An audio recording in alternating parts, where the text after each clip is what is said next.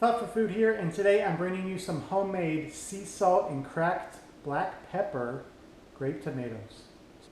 So I took a 12-ounce container of grape tomatoes, washed them, put them into a glass tray, put a tablespoon of olive oil on them, some sea salt and cracked black pepper, mix it all up together, then put it in the oven at 400 degrees for about an hour and 15 minutes.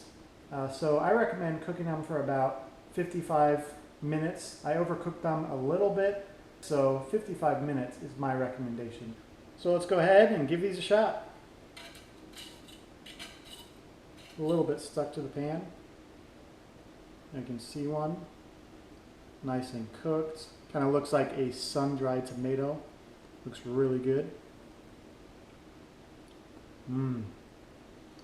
Really, really nice. It's tart. It's a little bit smoky tasting. It's a little bit spicy from that black pepper. And of course it's sweet.